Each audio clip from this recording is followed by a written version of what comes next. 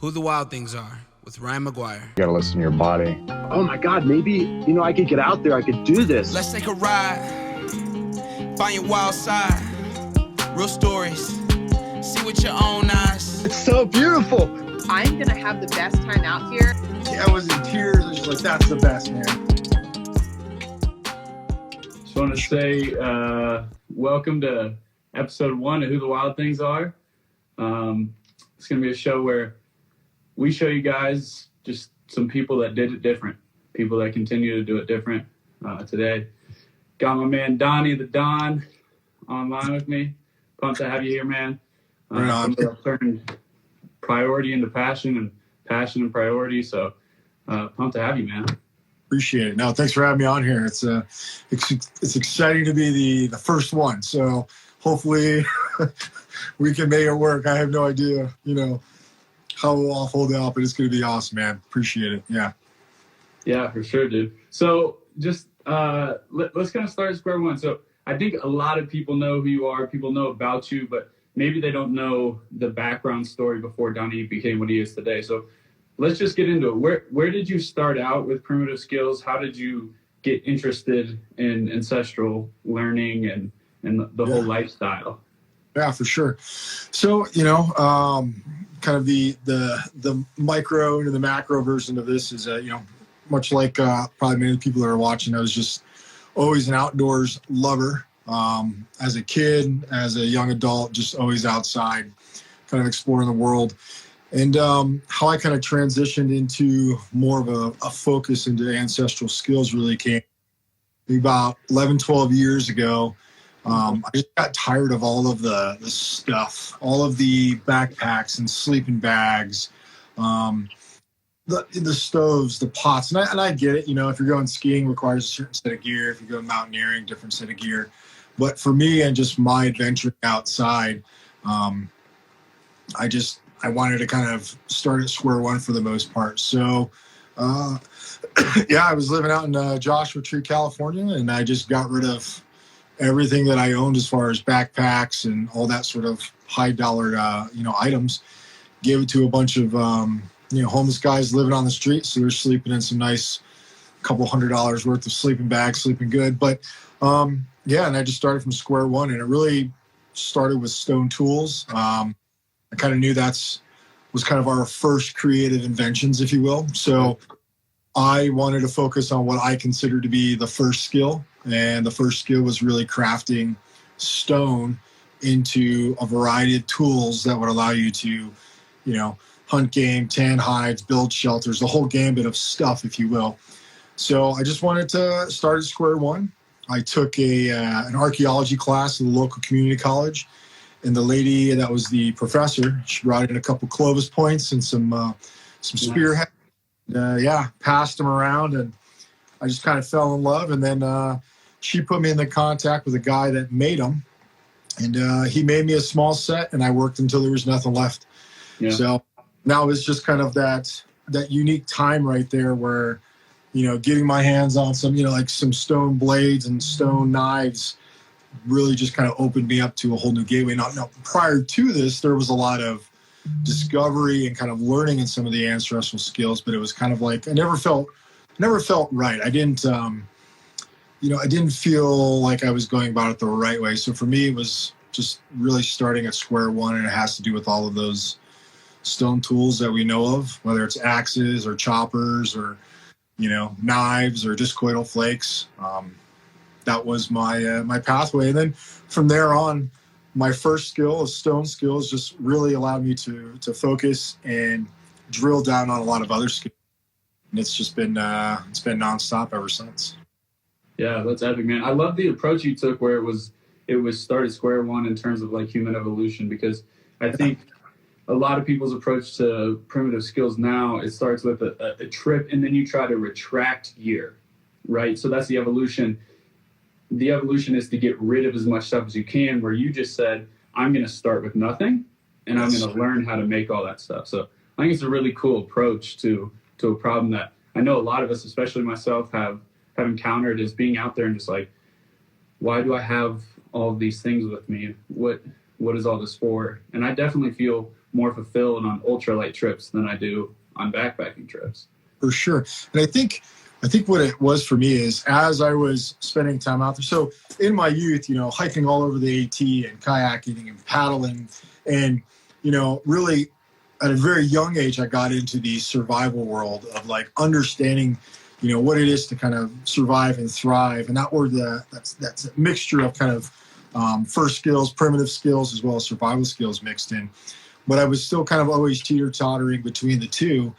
And I think it really came down to the points where I'd walk out in the middle of nowhere and I would just lug this huge backpack full of stuff. Yeah. And this back here was the focus instead of everything else that was in front of me. And I felt that this just weighed me down mentally, physically, emotionally, and more importantly, primally. So yeah, it was time to get rid of it. And just, I came to like some actualizations that everything I truly need can come from the environment, but with the knowledge, skills, and abilities. It wasn't just I can make a bow drill fire, I can do a hand drill fire, now I've got it.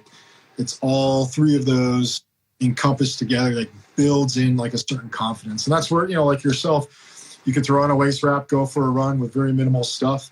You know how to find springs, you can resource food. And more importantly, if you don't find food, you'll be okay because you've gone without it. You've experienced what it is. And I think for a lot of folks, that's that fear factor they kind of play on sometimes. Yeah, the fear thing is a big one because it's kind of like a step equation. You can't just go out there the first time and tackle the biggest mission. So it's always taking off little bites, and I like to call it leveling up. So each time you go out on something that pushes your boundary a little bit further and you survive that, it's kind of another notch on your belt. So when you go out and get in the next situation, okay, well, remember Donny and I were in the woods and we ran 15 miles the next water and we still made it fine. You get those little notches on your belt. Yeah, I like to call that, so you call it leveling up, I call it ground truth. And there's book truths, there's YouTube truths, there's all these different truths out there, but the ultimate truth is ground truth. And that's where you know exactly what it is and how it is. You feel full body when you're out in the bush and you have nothing, or you're just trying to find a drink of water. That's the ground truth. Yeah. Trying to seek out. Yeah, dude, that's awesome. That's a good one. I'm gonna have to steal that from your ground truth. Don't get mad at me if I steal that one, brother. Mine is yours. What's mine is yours. No, I love that one. Yeah, dude, the ground truth is super real. So let's talk about stuff that you've been working on now. So applying that knowledge and spreading it. So you put out Scavenger, and I think a lot of people really enjoyed that book, got a lot from it. I always hear really great reviews about it. Now, what are you working on from there? What's the next step? Yeah, so I wrote Scavenger, and the idea, was kind of accounting a couple, kind of life things and some things that I went through. But I got a lot of feedback on one of the chapters, which was called Earth Roaming. And as I was getting all that feedback, it was the other book that I was writing. And that one really just kind of chronicles and goes into some of my specific methodologies and kind of best practices and applications into going for longer periods of times and kind of thriving in certain environments. And the idea is not necessarily you have to know these, 5 plants and these types of shelters, but if you have kind of big picture creative processes, you can really survive anywhere. And that's kind of really invoking our number one survival skill, which is creativity. So yeah, I wrote that book, and I keep writing books. I have 2 books I'm working on right now.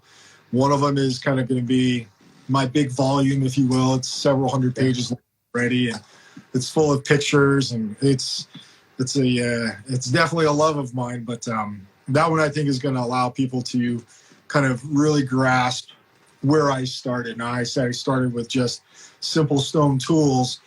Well, I'm taking all of that. I'm trying to, highlight all of these tools that we have used throughout history and actually show people how to make them, how to use them, which is more important, and kind of how you can go about living with them, kind of maybe giving everybody else their own reset or an opportunity to say, I might be able to do that. Let's go for it. So, yeah, books are, when wintertime hits, aside from skiing or, just kind of exploring the mountains, I do a lot of writing. Yeah, it's a good time to do it. Yeah. That's awesome. Yeah, I think the title of your 800-page one's got to be "Life is Long." I love that motto though. That one always sticks out to me because I see it on your post, "Life is long," and so often like pop culture I've seen, like today could be the last day or YOLO or like these different things. But the new perspective that you're bringing is life is long, like enjoy it, and I love that. Yeah, well, I think people kind of forget that. I think they're always in a rush to do things, and your life is long. And I'm 41 years old, and I've lived all around the world, and I've got kids, and I've had all these great experiences. It's just because my mindset, I'm going to continue doing those things, and I don't need a rush to do them. They will unfold in front of me. I'll make some happen. Some will come by chance, but life is long, and if we just kind of accept that it is, and that's a good thing, the possibilities are endless.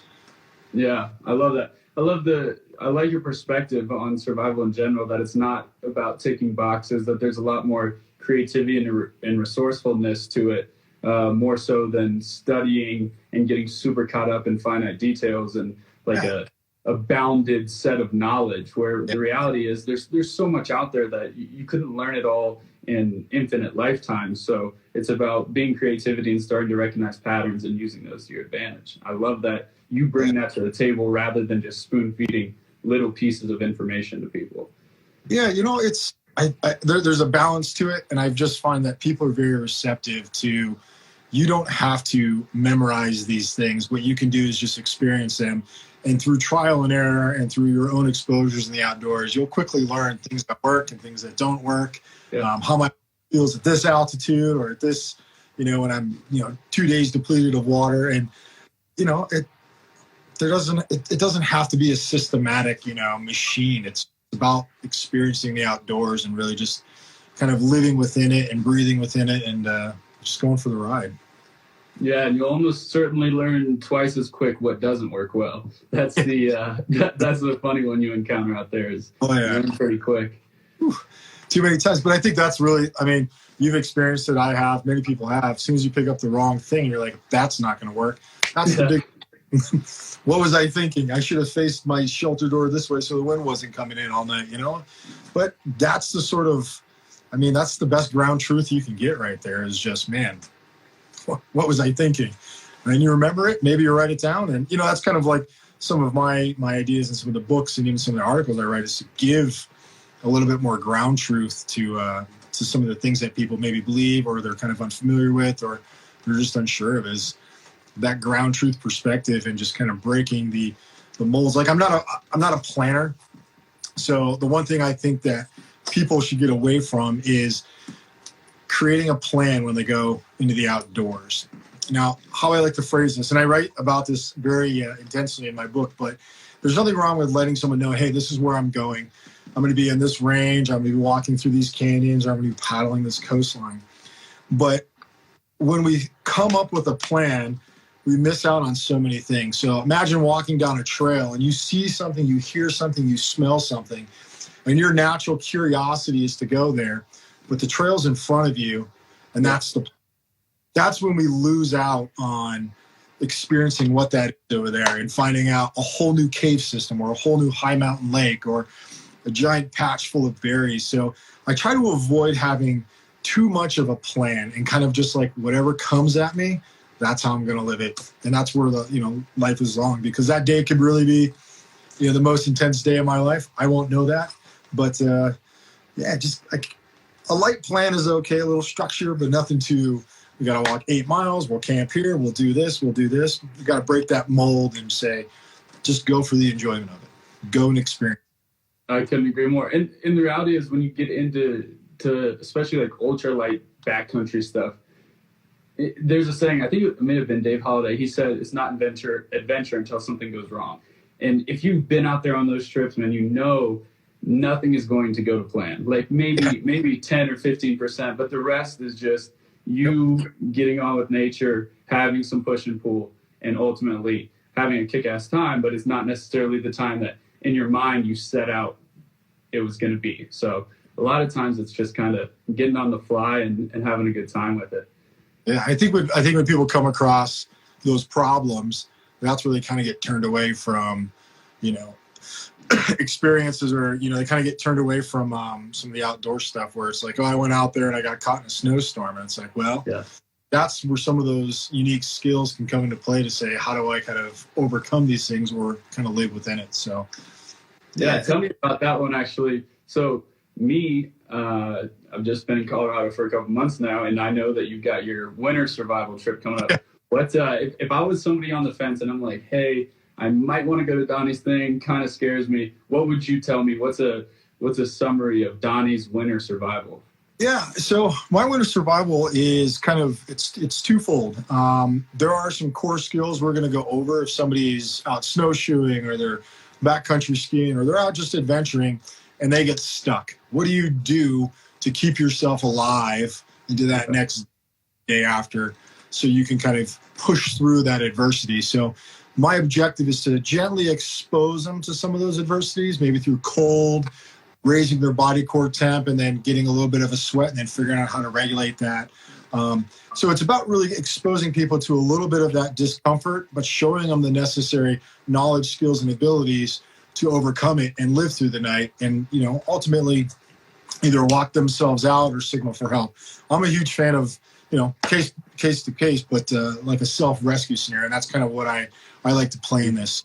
You're out in the backcountry, the sun drops real quick, all of a sudden you get turned around, you shelter up for the night. You know, or you have an idea of where you need to go the next day. You got a shelter in place and then kind of execute a self-rescue. So I like to kind of mirror it in a somewhat of a realistic scenario, but there's a lot of skills that we go over, and I just kind of slow it down where I pull and remove that kind of urgency and that rush out of there and say, all right, this is what we need to focus on. This is why we need to focus on it. And this is how you'll sustain maybe one night, maybe 2 nights, or maybe even 3 nights. So it's good. We got some fresh snow coming on Friday. So here. Yeah, I'm excited. So I'm like, that'll put a nice little layer of pot. I don't think we're getting much, but just enough to fill in some of the holes that are out there. But yeah, so it'll be a good little experience for folks. And, you know, I have a couple spots available for my December class as well as my January class. So yeah, you can go to my website, Paleo Track Survival. You can check it out there. There's plenty of opportunities, so it'll be a good time. Yeah, awesome, dude. It's top of the line stuff. I know, just knowing you and knowing your work, that you take care of it, and you put a lot of effort into that, which is, but it means a lot, right? There's like anything in life, there's people that are going to put the extra work in and make sure that it's a really thorough and well done class. And I know you approach, while it is survival and it is a little bit more off the cuff sometimes, I know that you approach it with a lot of serious research and things of that nature. So I can appreciate that. Yeah, absolutely. You know, the best part is, as soon as we're done with the class, I'm jumping in my truck and I'm heading down to like the southern deserts and like Terlingua, and I'm going to go pack rafting. I need to like defrost myself. So I need to get some rafting in. So I'm like, I'm grabbing the dog. We're going to take off. I'm going to go hang in Big Bend for a little while. So be a good time. Nice.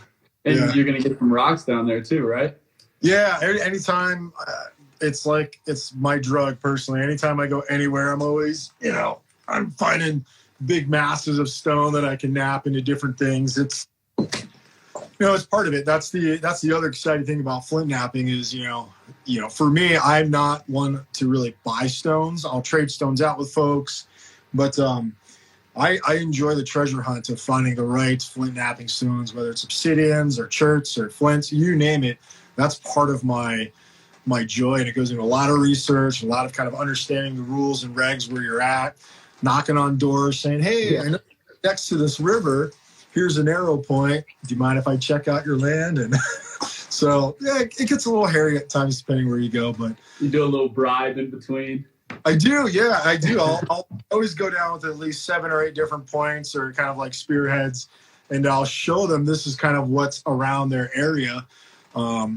And I'll offer it to them in exchange for, you know, kind of a little bit of access to land or even just a survey of their land. But yeah, every once in a while, they kind of realize that it could be of value and then they want to charge some money. And so there's a little bit of negotiating going on, but it's always an adventure. I feel like Indiana Jones when I'm down there, you know, just trying to figure it all out, but it's a good time. Yeah, maybe I'll have you come check out my backyard. Oh, wait, yeah. I have a backyard. That's right. I live in a camper, but that's all right. when I get a backyard, you're the first person I'm calling. We're doing some prospecting. Yeah, Colorado's not bad for it. I mean, we've got some good stone along the front side. We got some of the southern areas, so there's some little pockets, you know. Yeah, I'm sure a guy with your experience knows where to find it. Yeah, got to. Otherwise, you got no stone. So one other thing I wanted to ask you about, this is totally a selfish question because I'm interested. Tell me about the thought process behind going and getting Finn. How has Finn changed the way that you look at the outdoors? And is there anything that you would say to someone that's been like considering getting a dog? What are the trade-offs? So I got Finn. He was a rescue. I was just looking online, and I've had rescue dogs before. And a couple years ago, my big white mountain dog, Bob, he died. So R.I.P. Bob. Yeah, it was heartbroken. I've got his ashes. I'll get all emotional, but he was my dog, you know. So I've been wanting a dog for a really long time. And, you know, just with my life kind of changing, I was just waiting for the right time. And the summer was the right time. So I just looked at some rescue sites. And there was this, you know, dog sitting there. They picked him up the day before. They picked him up eating roadkill. So I was like, we have some things in common already. I dig that. We just kind of bonded ever since. He gets really, along well with my two boys. But he's very much an outside dog. And that works for me because that's where he likes to be. He likes to be running around. He likes to be free. And he's very loyal to me. Now, the thing that I never really had to consider too much was, feeding something else. So now with Finn there, as he'll be 1 year in January, there's a whole other mouth to feed, and that dog can eat a lot. So if I pull out a couple trout, he wants at least one, maybe two of those, or he'll just keep eating. But he gives me a level of comfort in certain ways and companionship.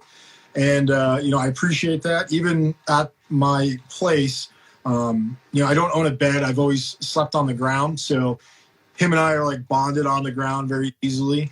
So we're always kind of connected. We're always kind of together. But the thing with having a dog out in the mountains is it's almost like having a small child. You know, he's puts in his paw or his ankle a few times, just running. And that's a whole other thing you have to consider if you're staying out long term, or you're staying out for even a single night. So the communication is kind of like how we communicate is me really just kind of checking his body language. And he can also kind of check my body language. Probably about 3 weeks into having him, we were way out in Alma, way out. I think it was Wheeler Lake. We went up there. This was like August. Marmot season was going, and I wanted to bring him out for a hunt and see how he would do. But we went up, we did our thing, and as we were walking down, this big female moose jumped out right in front of me. Jumped right in front of me and like started growling and really kind of getting aggressive and kind of drove her off.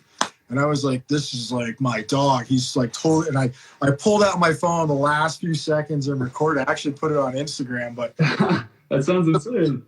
He just knew what to do. So I think there's just a bond that we have. And it's a factor. Now, my biggest concern these days is really just with the wolf population now coming into play. The Finn kind of has some natural colorings, and I'm just worried that maybe he'll be kind of in front of me, maybe 100 yards doing his thing, and there might be somebody out there that gets a little scared and maybe, squeezes off a round or something like that. Fortunately, I try to avoid as many people as possible, but, there's adventurers out there just like yourself, and they just go. So that's kind of my concern, just a mistaken identity. But, he gives me peace. He gives me comfort. He's real relaxed. I mean, he loves sleeping on deer hides. He'll sleep in the caves. Any shelter I build, it's always got to build it a little bit bigger now. So yeah, it's a good thing. But you got a warm body next to you now. That's a I definitely do. And it's I guess it's a little different than like having like a girlfriend or something. But I'll definitely he's definitely he's my guy for sure. But he really goes everywhere with me. He wakes my kids up in the morning when I have them. He jumps on the beds, kind of does his thing. But yeah, he's definitely he's my partner in crime. What's the longest you guys have stayed out together? So Finn and I, we started off with single days, and that was to really just test his ability. And ironically, I brought a tent because I needed to see how he was going to respond to the sounds, coyotes, owls, all sorts of stuff. And once it really didn't bother him too much, we dropped the tent, and then we went into one of my caves. That was for about 2 days. And then maybe right before kind of fall hit, we did like, I think it was 7 days where we were just out and about, roaming around, staying together.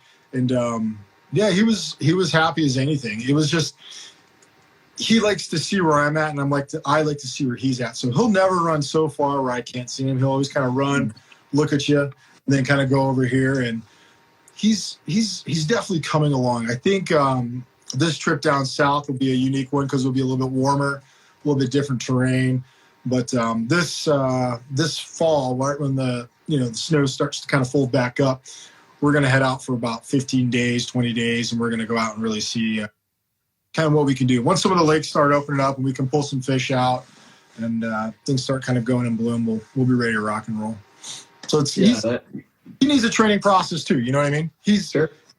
I don't really know his background. So before I just throw him out there and say, we're going out for the next week, I got to see how he's going to do. And that's really kind of what my idea has been, just bring him slowly into, my lifestyle. And then I got to adjust around him.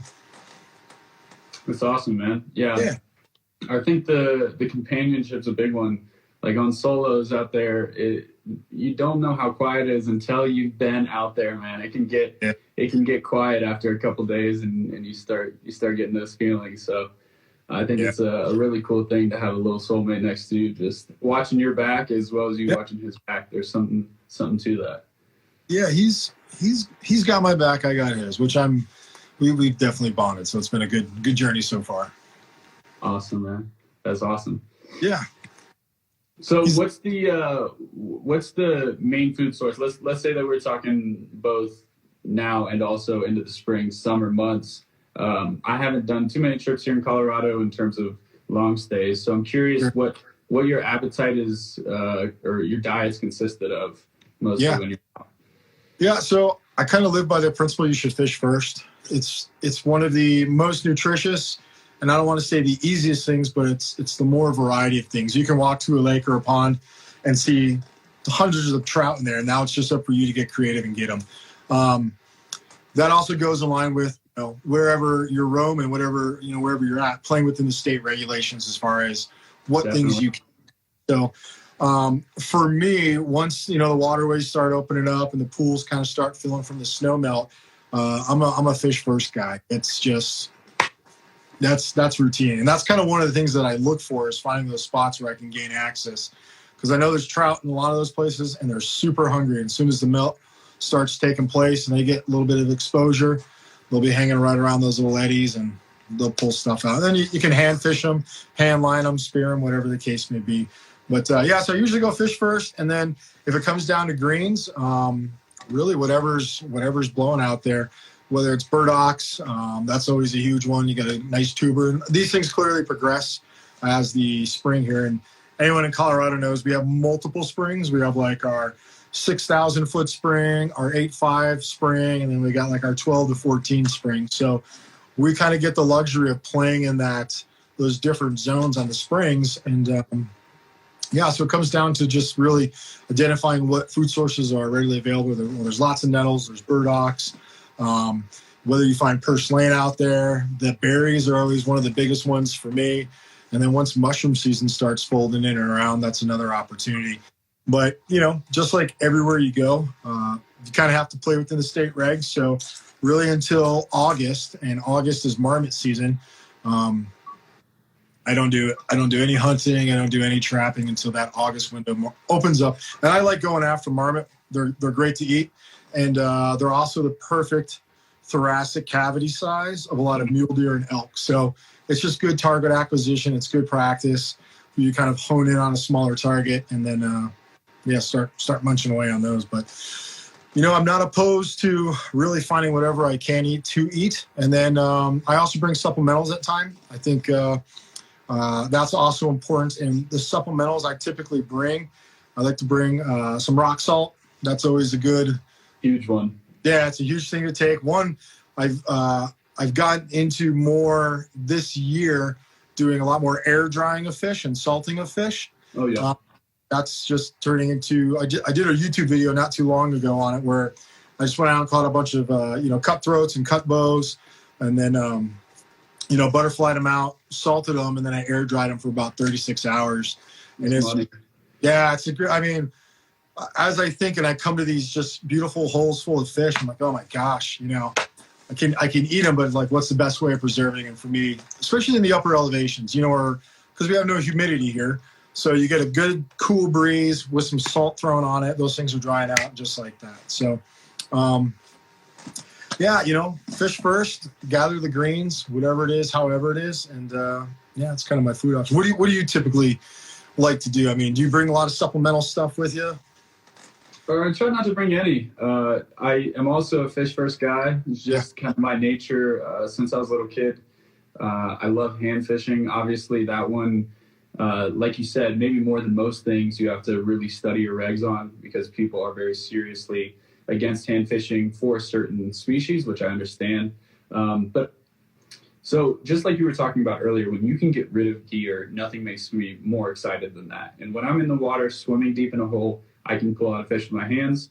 And I'm always trying to be respectful. Some days it's pretty easy to pull them out with my hands. So I try to make sure I only take what I need. Sure. And yeah, I think that's such a raw experience that I think I'd pick that over anything else.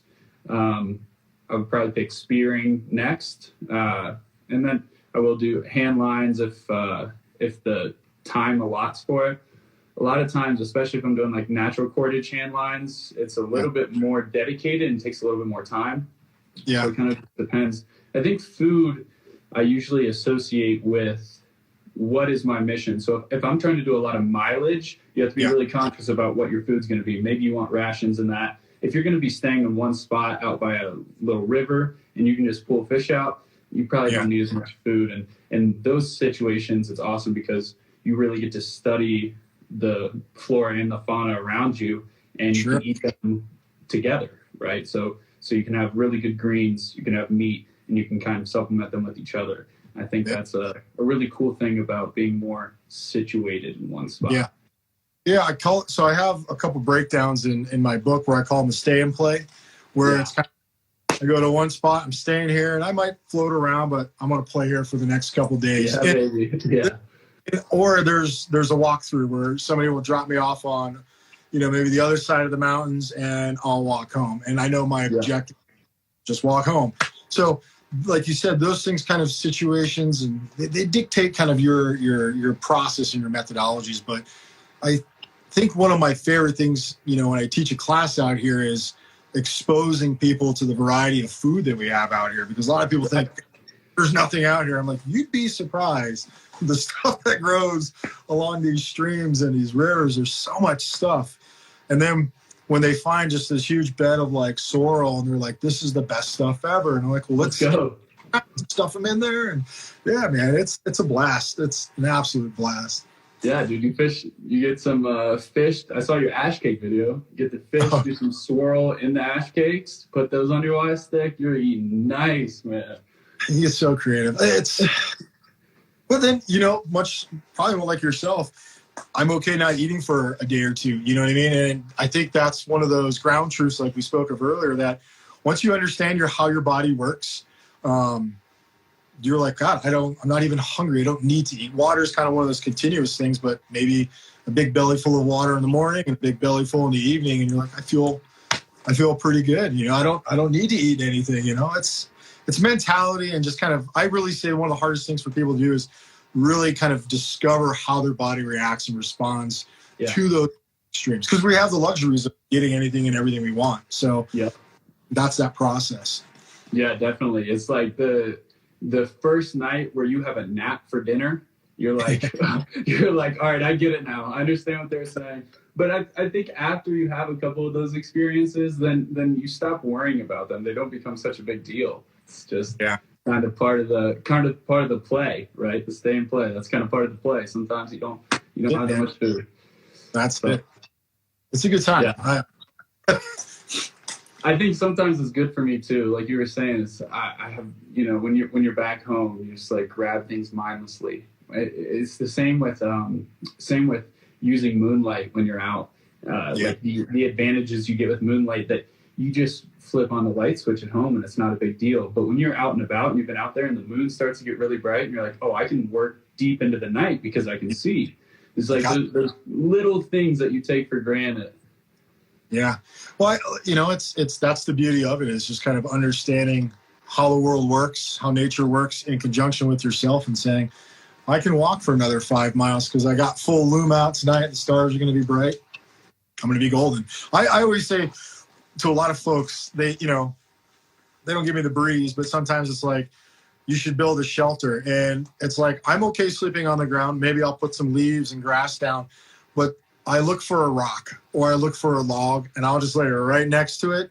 And I just know that wind's going to blow right over the top of me all night. And it's going to give me, a snuggle buddy, so to speak, but it's just giving me a level of comfort where it's going to block some wind and it's going to give me some warmth, and I'm comfortable and I'm good. Maybe I'm waking up at, first light, and I'm walking continuously on. I'm not going to spend the entire day building this elaborate shelter for 6 hours of sleep So I think for me, I always kind of like to say, along with yourself, kind of like, what's that mission? What's that objective? And just being on the cuff, flying, enjoying what it is and how it presents itself. Yeah.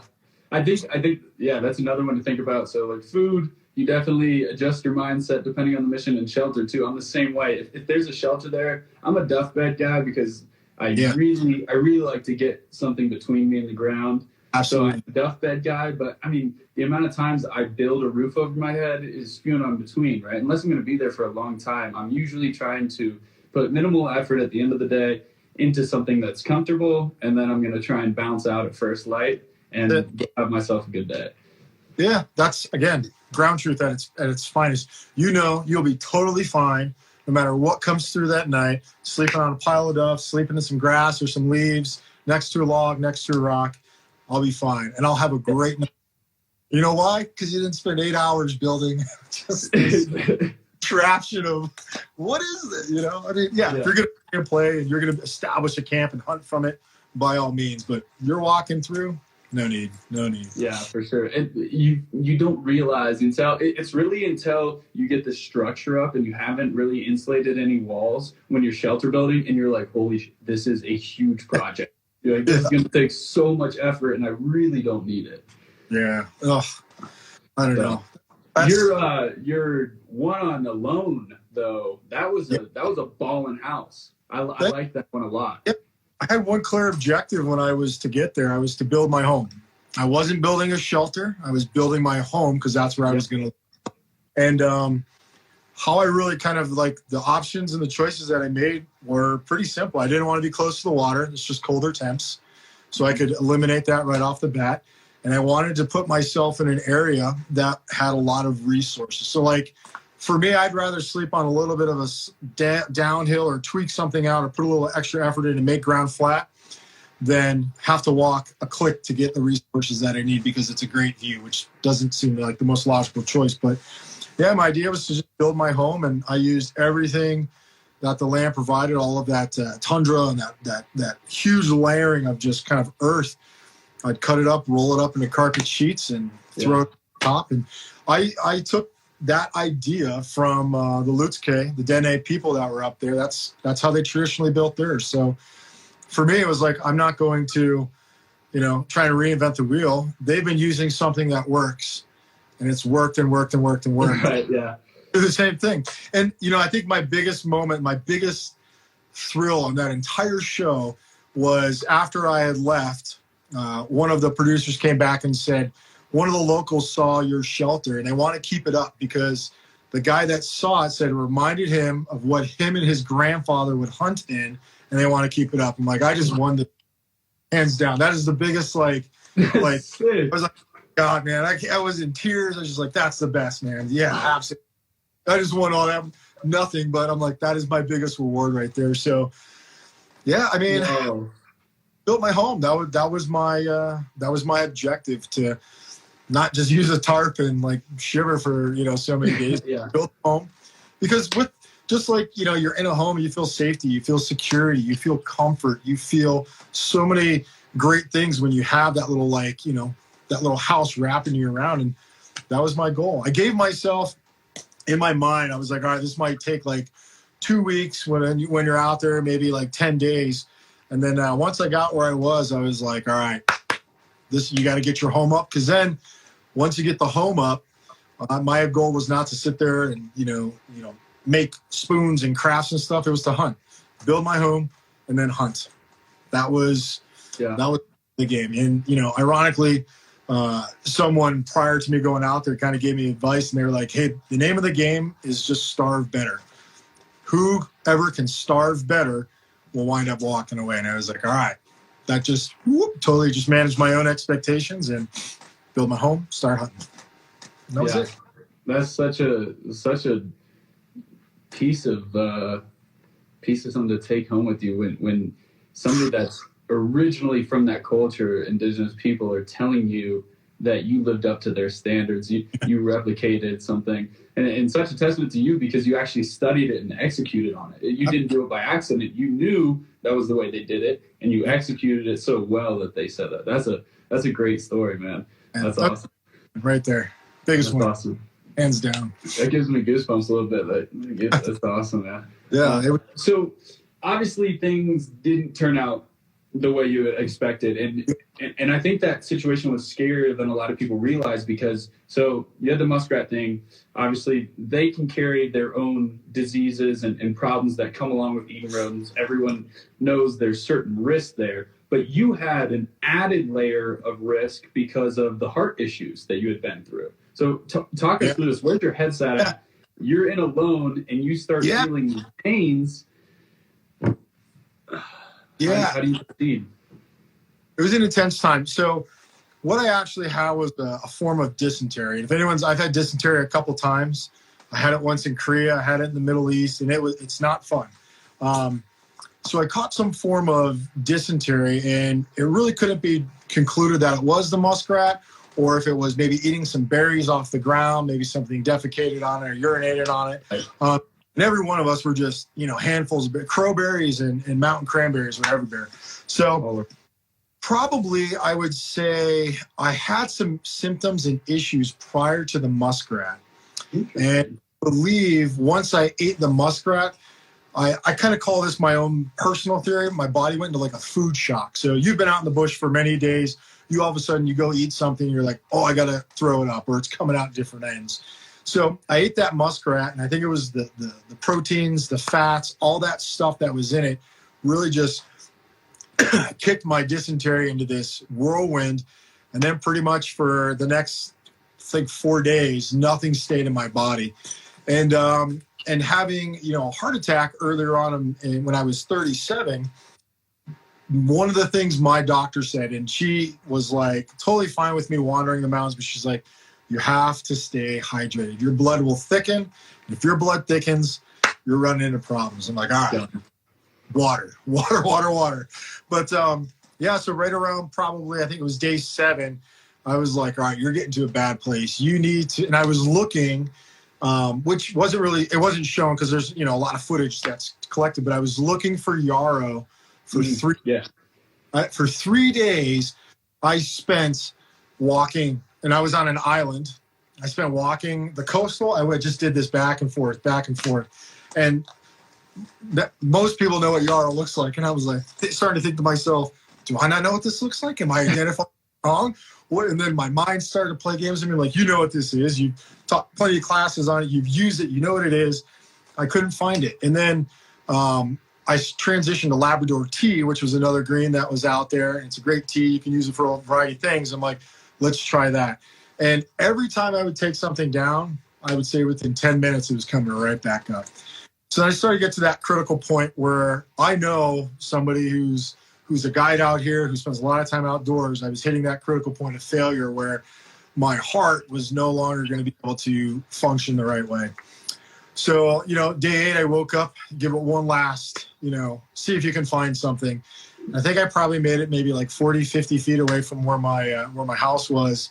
And I was like, you're going downhill, man. And like, you kind of start feeling yourself slowly collapsing. And where I could really tell was that my feet and my hands weren't working. Like things were slowly moving to like my vitals.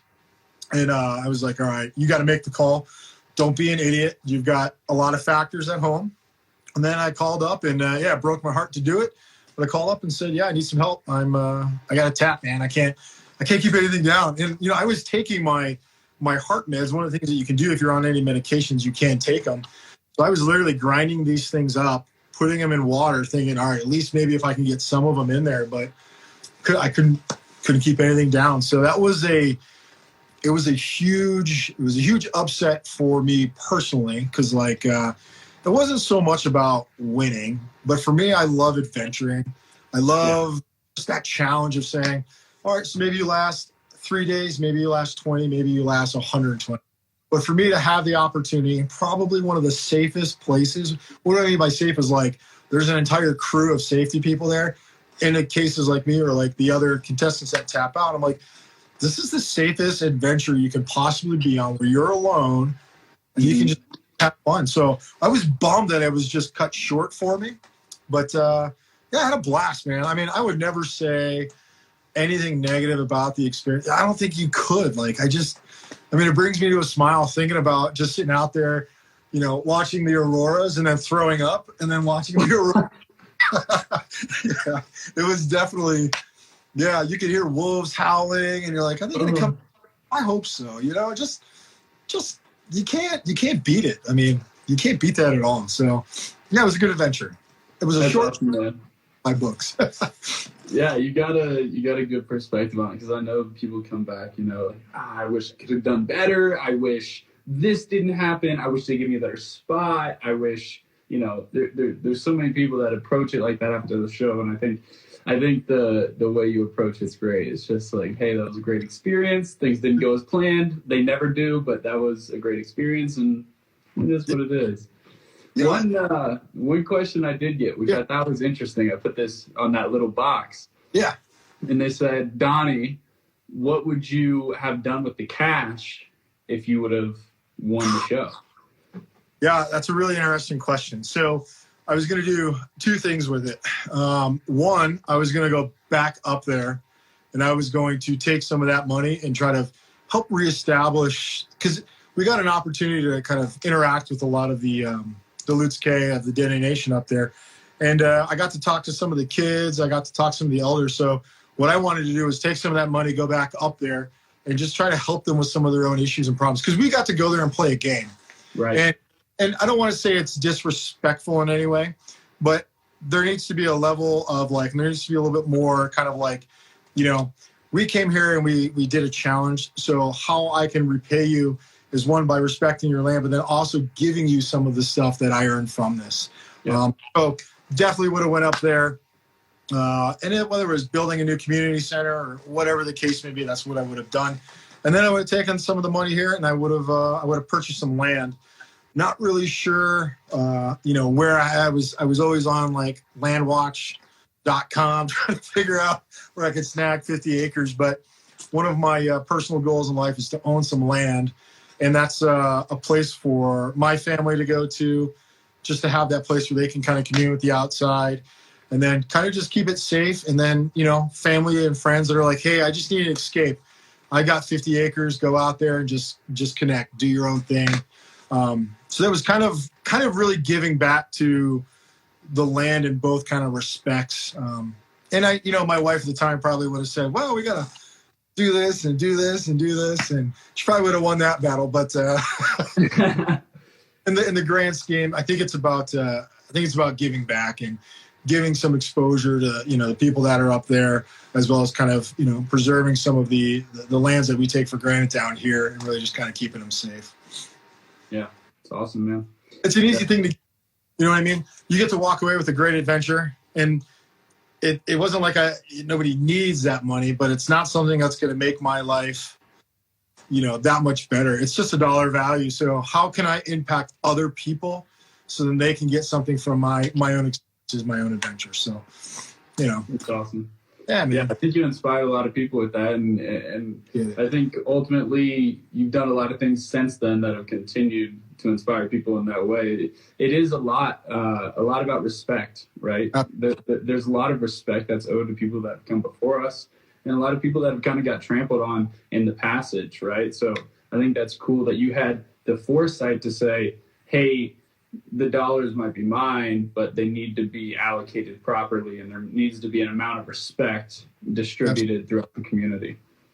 Yeah, absolutely. I think before going out there, I had a chance to speak with the chief of Lutske that were up there, and I made one of their traditional stone points.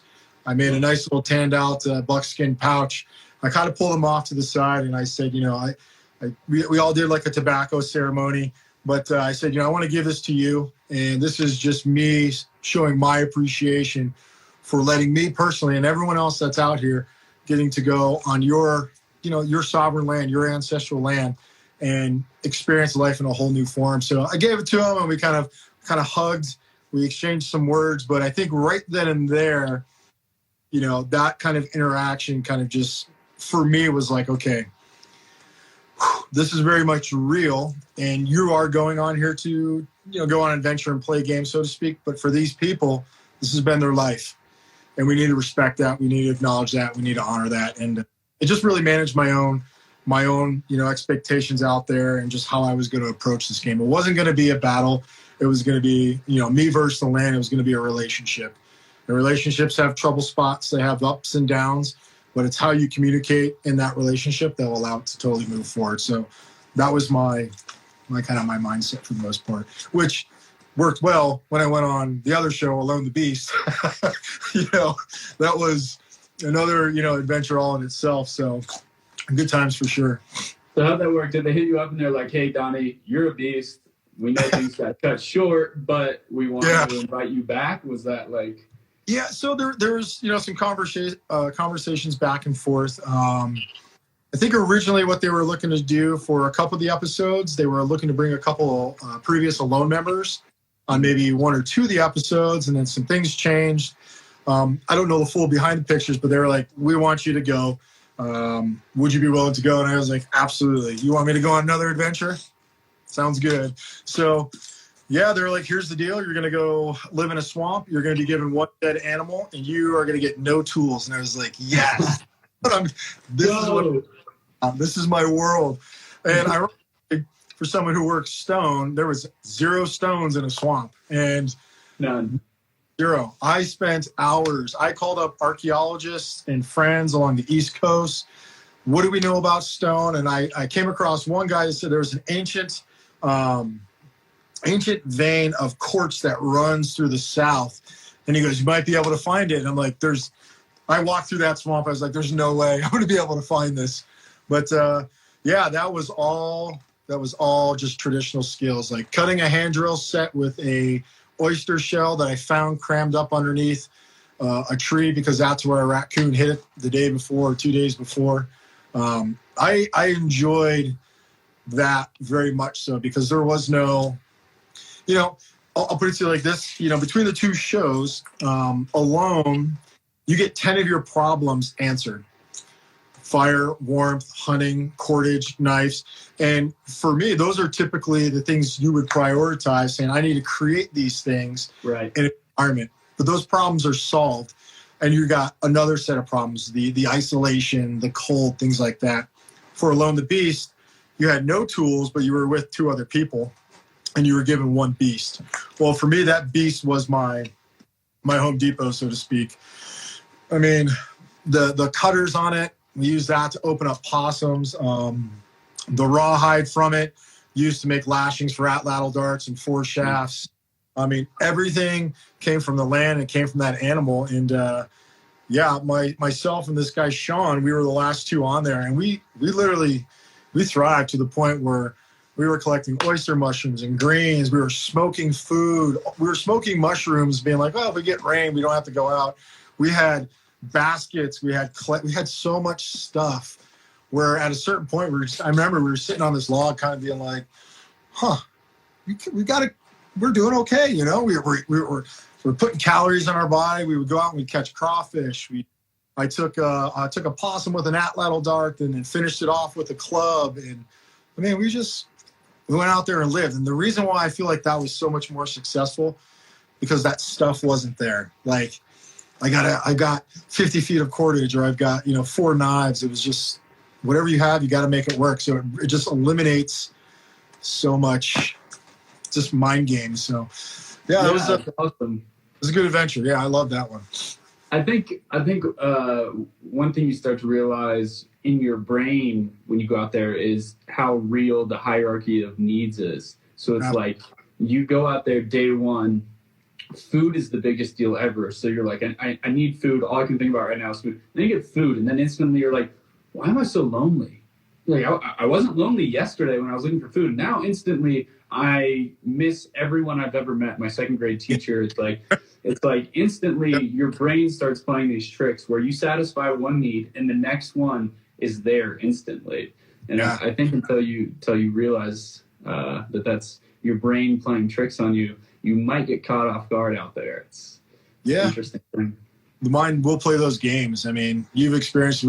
We've all seen it and experienced it, where it's just like, what am I thinking? What am I doing? I should be doing this, but this is ruling. And, I think, again, it goes to that kind of ground truth. I think it's acknowledging that's happening and saying, all right, don't let this take over.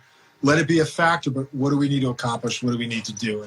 And, for Alone the Beast, one of the things we experienced the first night, you're thinking a swamp, it was October time frame. It's going to be warm during the days, and it got cold at night. So the first night around that fire, next day, shelter was going up, because I'm like, we need to create something where we can all get inside, build a small fire, and we can all stay warm. And the shelter we built was, it rained a couple nights. We had walls that thick, and it was bomber. It was huge, man. It was, my mentality was, again, build a home, because that's where you feel the safest.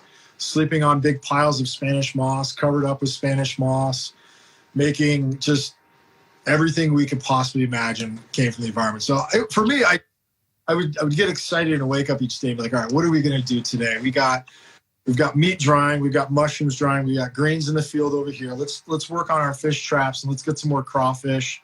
And then I'm going to make some throwing sticks. Let's do some once we really kind of got those priorities out of the way, then it was that kind of creative thing. And, it was a good time. For swampland, what did you do? Basket traps or like WM traps in the shores? Yeah, so we were deep in a swamp, and then we were also in a flood area. So some kind of flooding in different areas where we only had probably about 25 yards of dry land. And then caught in a tropical storm. And then as the water receded, it kind of opened up new areas. So it was kind of like, in my mind, I was like the Pacific crossing along the Bering Land Bridge, because there was gators in all of the water, but like sometimes you would have to really go for a good haul to get from one spot to the other. But once things dried out, you kind of be like, all right, let's go explore over here. But yeah, for fish traps, we just did basket traps. And my approach is pretty simple. I said, let's build one to test waters, and then let's build a big one to fill up. So we had 2 traps always going in the water, and we were pulling out crawfish with them. And my trap was, it was about yay big, maybe like 3 feet. And the idea was like, we could move that one a lot more rapidly and really test areas, because you don't want to leave traps in the water for too long. Right. And nothing's coming about. So we also had the carcass of this hog, so we could stick a leg as the bait. And if something wasn't going in there, the water was done, and we just pick it up and move. So once we found a good spot and we get some crawfish out, we put the big trap, which was maybe like 5 feet long, drop that bad boy in there, and we pulled out some crayfish. So nice, dude. Yeah, sounds sick. Yeah, I'm gonna be honest, it's it's TV, they show a certain amount, but the guy Sean and I, we were we were living pretty large. When the waters would come and the rain would come, it'd saturate all these oak trees, and then all of a sudden these oyster mushrooms would just go full bloom on them. And my mentality was, I'm like, all right, we know they're there, we're going to eat them. Right when they start to turn, we'll pull them off that natural refrigerator, if you will, and then we'll just smoke them all. And we built our fire so we could smoke, but then we also had a little fire going in our shelter the entire time. I was always putting out a little bit of smoke, and it just kept the bugs away, just kept everything away. And it was Yeah, it was awesome. We actually, one of a proud moment for me was when we got our fire going, we kept that same fire for 30 days. Hell yeah. Never let it go out. And I can tell you it was difficult, to craft at first it was a bow drill set. They were hoping to see a bow drill on reverse wrapping cordage. In my mind, I'm like, it's pouring rain. I'm like, this is going to snap. And it snapped 2 or 3 times. And I'm like, I'm going to hand drill. And we got a hand drill, got a coal, got it into flame. I'm like, now we have to keep it alive. And it was awesome to see like that same fire burning for 30 days. It's just like, yeah, that's good stuff, man. That's a long fire, man. That's a long time to keep something going. Yeah, it was. Did you ever have like that moment of anxiety where like you go out and check the traps? I know I've had this. So my first solo when I got friction fire, I made the fire and I was so scared to leave it. So I would go and I would fish or something and I would literally run back because I was like, oh, I went too long. My fire's going to get back and I'm going to have to make another one. I don't know. Did you guys have that, like that anxiety in your head where you're like? We did. Yeah, absolutely. Somebody was always on the fire. And the one I say was probably around like maybe day 17 or 18. One reason our fires were going out, they were losing a lot of heat and volume real quick.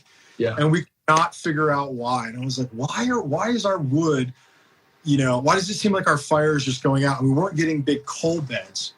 Well, come to find out, we built a fire outside and then we moved it. And what we found is the water table is really high. Mm-hmm. So when we built our fire on the ground, it would dry out a couple inches down just by that like thermal heat. Yeah. And then when the fire would go out, it would act like a vacuum and suck water back up to the flames. So once we figured that out, we started to line all of our fire pits with clay. And we created basically a water barrier on the ground that we could build our fires on. So when that little vacuum effect was taking place, it wasn't extinguishing our coals. Once we figured that out, we could walk away from our fire for at least an hour and know we'd come back to some smoldering embers. But until we figured that out, there was always somebody sitting on the fire, feeding it wood. And that was the battle, was trying to come up with dry wood and trying to come up with wood because our fire was eating it so much. So yeah, me personally, I learned a lot out there just from that environment. And it's fun because you get to solve those problems. Like, all right, why is our fire going out? Why is this happening? All right, how do we overcome this? Because, there's no manuals written for that. And for me, I was like, this is exactly how I like it. Just like, all right, go. And you just go. Figure it out, man. That's what it's about. That's what it's always about. It's always about just being creative and getting it done. Absolutely. All right, man. I got a couple questions I want to throw your way. These are from people that hopefully are still listening, and I just want to throw them your way. Give people a chance to pick your brain a little bit. So, first one I thought was really cool from a guy at Mundo down in Mexico. He's recommendations for young folks trying to make a living in bushcraft, wilderness skills, ancestral living. Any tips for a young person trying to make it a full-time gig? Yeah, absolutely. Depending on your age, I would say kind of we'll use 18 as that standard kind of, you're an adult, so to speak. But I see you kind of go out on your own if you have some knowledge, skills, and abilities to kind of back it up. So you've spent a lot of time camping and hiking, you have a familiarity with the outdoors. That's a good opportunity to really see, kind of call it your internship, if you will. If not necessarily if you have what it takes, but identifying kind of really who you are and what you're going to be able to do and what you can provide, identifying your own deficiencies, eliminating your own self-deception. But it's that ground truth, getting out there and actually doing it and, seeing how well you do. And then coming back and doing self-reflection and saying, I really struggled these past, these 3 days, these other 5 days were great, but those 3 days I had problems with, these 2 things that work on. And once you built up that kind of that foundation and those good knowledge and skills and abilities, you just start reaching out to folks and say, hey, this is what I have. This is what I've done. Can I work with you guys for a month? Can I work with you for a summer? And yeah, kind of just put yourself slowly in that community. And I don't think having a speciality is a requirement to say you're a flintknapper or you're an atlatl thrower or you're a potter, but just kind of being open and kind of ultimately really getting rid of the ego and just saying everyone has different offerings, really just kind of taking in those offerings. But yeah, get out there, experience it. I'm a big fan of reading. I'm a huge reader. So understanding, different ideas and concepts and things like that, but then actually applying it, I think is a big thing. And then if you want to do it like all on your own, kind of like, myself, number one thing, if you're going to bring clients out into the outdoors, make sure you have all the legal requirements to do so, and then make sure you're insured. You got to have guide insurance, and it's not hard to get if you need help with that. It was something that I do every year because I'm not going to put myself at risk, or more importantly, any of the clients that I would bring out at risk. That's just kind of called a good respect. Figure out those legal requirements, and then just, you got to get out there and do it. And that's where the ground truth comes from. It really does. What's the best book you could advise, somebody trying to get into the field, whether it's as an instructor or just interested as a hobby? What's the number one book you'd say this is the one to start with? That's hard because there's so many good books out there. A lot of good ones. Yeah, I would say don't get yourself a survival manual. What I would get yourself a story about somebody who survives, whether, into the wild, whether any one of the mountaineers or, any of the mountain men that came through here, and listen to their story and take away points from that story, whether, majority of them are true, but you take away and say, all right, what am I learning from this? And then what could I do, or what could I have done different than this person to overcome this? Then you invest in maybe picking up some of those manuals to kind of pinpoint those ideas. But I like to think that there is no single book that gives it to you, but, find some of those stories about people surviving historically all around the world and read those. If you're looking for just core skills, the old primitive skills bulletins that used to come out, I think Dave Westcott used to create those. There's a couple other folks. They're no longer in circulation, but I think you can still find them at various places. Those are really, really great in traditional skills. Now, for my own personal side, I personally say you should start with flint knapping, working stone tools, think to that extent, because that will shape. If you could craft a bow from an adze, I don't think I have it. Let's see. If you could craft a bow using one of these and a bunch of these guys right here, there isn't anything you can't do. And it comes from working stone. So for me, it's all about, working stone as kind of that core skill, if you will. I know it's not an exact answer to this book, but I like stories in general. And then those stories allow me to say, this person died because of this, or they could have done this different. Now I want to go see what skills could have worked well for that. Because we remember stories a lot more than we do a hard factual skill or something like that. We remember the stories that tie into kind of how to live and kind of overall how to survive. Awesome. No, I think that's a great answer. I think ultimately for me, it's been personal experiences more than books. Absolutely. I read a lot of books. I don't retain everything from them. But when I have a chance to hear it from the horse's mouth and talk to one of the, people who've been doing it for a long time. You mentioned Dave Westcott, guys like that who have been there, done that, and been in real serious situations and taught thousands of people. Those experiences I remember almost word for word, right? It's like in the back of your head, you know exactly what they said. You know if they were smiling, if it was sunny out. Like you remember those moments much more than reading, line by line text about which woods to use for bow drill out of a manual. Yeah, I think that's kind of like an indigenous culture sort of approach. There's a story to everything, and that story translates into maybe a hard skill or something very specific. And I think that's kind of like my approach when it comes to, people will say what books, and there's a lot of books that are out there, and I can't say that one is better than the other. They all provide different, values, but understand the story and then how that story relates. And I know, I read Hatchet as a kid, and I think the one thing that stood out was, so this day, he threw his hatchet at something that was in his cave, and it sparked. Yeah. And he saw the spark, and then he was able to create fire. And like that still resonates in my mind as a kid reading it. Like, holy cow, you can make fire that way. Then you go out and you explore what that specific thing is, and the world just opens up. Oh yeah, that's a great example. Sure. All right, another question from the folks back home. I really like this one because the creativity that we were talking about earlier. It says, this is from Sam. So shout out Sam. This is his question. Does Louis Vuitton Don use any natural product on that head? That's me. Louis Vuitton. Yeah, I wish. As far as like things that I've collected or things that, you know, people send me. Yeah, I mean, if I'm out in the bush and I'm going to clean myself, I'll do a smoke bath. I'll bathe in smoke and some greens and stuff. Or I'll just jump in a stream and clean myself off with, you know, salts. The one thing I do have a tendency to put in my beard is a layer of deer fat mixed variety of oils. I need to come out with a beard oil one of these days. I mean, I don't know what I'd call it, but it'd be pretty awesome. But yeah, deer fat in the hair. I usually just, you know, I just clean it when I'm out there. I don't get too crazy. I try to stay clean, but if you're sitting by yourself, you know, you mind your own stink. You mind your own stink.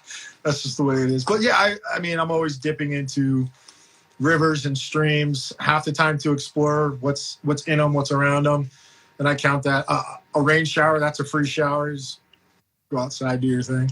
You got to have a fire. Yeah, it all counts the same. Yeah, you got to have something to warm you up when it's all done.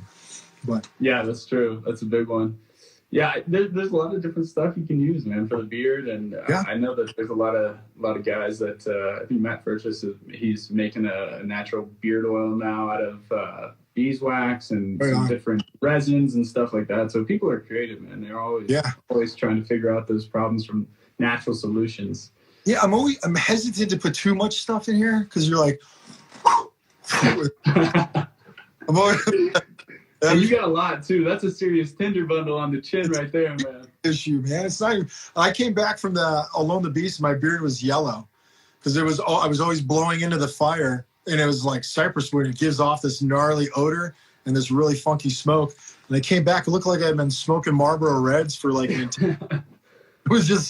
was yellow the whole way through. I was like, oh my god, smelled right, but yeah, no big deal. Love it, man. All right, this one's from Danny. This is another very creative one. I appreciate all the creative questions. We're gonna have to keep this going on the next two. The wild things are. So he says, Donny, you out in the wild for 6 months.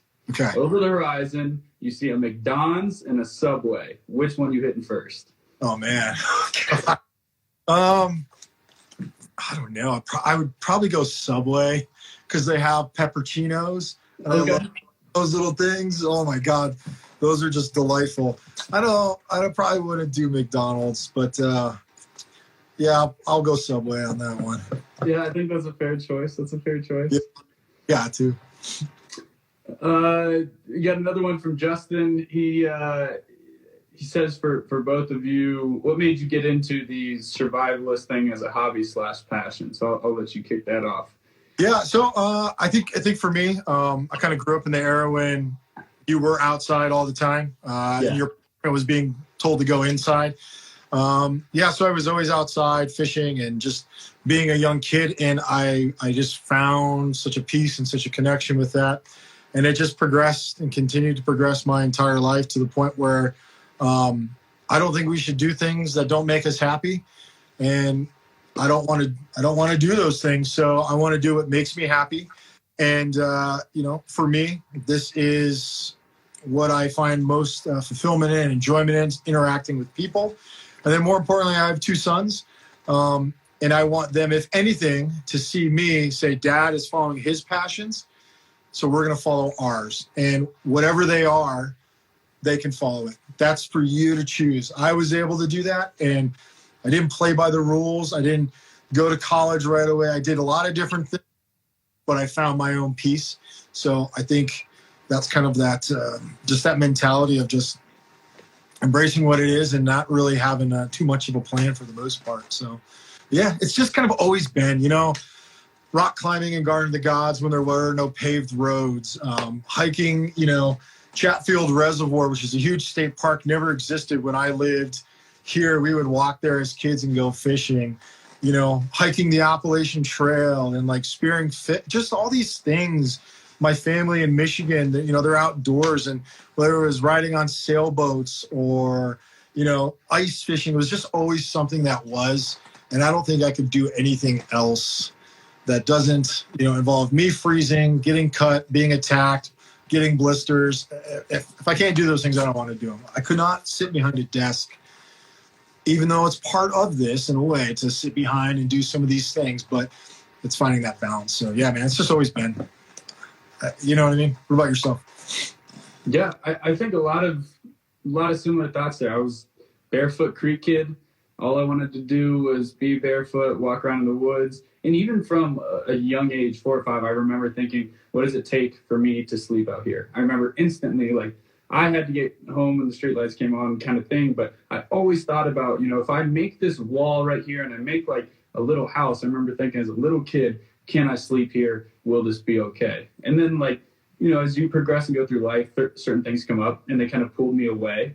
And even in high school, I remember always coming back, like always just wanting to build forts in the woods, be in the woods. I was always interested in plants. So I think for me, it's not about getting into the outdoors as a passion. The outdoors was my passion. The real question is, what did it take for you to start pursuing it, right? So my mission is not for, especially even for the show, it's not about being an outdoor wilderness guide or a survivalist or an ancestral skills teacher.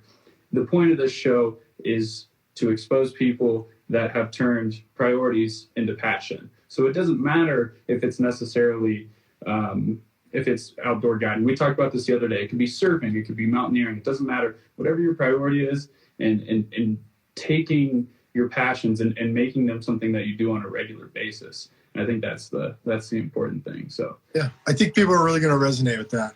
I think there's a lot of people out there, some of the people I see scrolling up and down on the comment sections, that they just kind of at a certain point say, no, I'm not going to do that. I'm going to do that. That makes me the best I am or the happiest, whether it's raising goats up in Montana or being a photographer or working, you know, on an airline, whatever it is that gives you peace and gives you passion. That's what you need to do. The ability to be creative too. That's the other piece of it. Is like so many of those things that we're told to do by our peers, they lack that creative component. So when you get the ability to get back into your creative side, you start ultimately feeling a lot more fulfilled, at least personally. Yeah. I tell a lot of folks, don't ever be afraid to sit at your own table. Yeah. Usually we want to circle up when we feel comfort in that, but I'm not afraid to sit at my own table and do my own thing. And in this kind of, you know, in this world, in this community, you're not sitting by yourself too often, but don't be afraid to do it. Step out of your own kind of, you know, biases in your mind and just sit at your own table, eat your own lunch, and you'll be all right. Yeah, I like that. That's a good one. Sit at your own table. Need to write that one down. All right, I gotta just a couple more for you. Yeah. Stacy, I think she's a big TikTok follower, which it seems like TikTok is pretty big for you these days. She says, what is your favorite tattoo? Oh yeah. So I like the this one right here on my hand. This one is called the crescent and broken rod or broken arrow. And so a lot of my family comes from Scotland and, you know, kind of those Nordic states as well as Germany. And this is found on a lot of stone monoliths and stone structures out there. And the true meaning is unknown. Nobody knows exactly what it means. So I saw it a handful of times. I've been to Scotland, and it just kind of really resonated with me. And for me, I liked that it was unknown, and therefore I got to determine what it means to me. And I don't want to say there's one fixed meaning. Like, it means a lot of different things, everything from an unsuccessful hunt, the broken arrow, to sleeping under a moon, to the little, you know, squiggly lines, which represent different waterways and kind of paths of life. But I have, you know, both of them on both my hands, and I kind of designate one hand for one sun and one hand for the other with their zodiac signs. But these guys right here just I just like being able to, again, maybe sit at my own lunch table and determine what it means to me. And it's just kind of a story of what it is to live a little bit more wild, to be a little bit more free, and just, experience life and truly embrace all that it has to offer. Because life is long, you know what I mean? Life is long. Yeah. That was awesome, man. Well, I appreciated this so much. I can't say thank you enough for hopping on here for the first episode. It's just mad respect to you and everything you're about, all the people that you've inspired, countless numbers. And I appreciate you getting on here with me. You, my friend, Donny Dust, are absolutely wild. I appreciate it, man. Thank you so much for having me. Yeah, let's do this again. Let's do another catch up in a couple months, and we'll see how the ski seasons went. We gotta go hit the backcountry sometime soon. When I come back. When I come back from the border doing some pack rafting, we'll link up and we'll go play in the mountains for a couple of days. I'll bring Finn. All right, let's do it, man. That's going to be awesome. I'm excited. Thank you. All right, guys. Until next time, stay wild.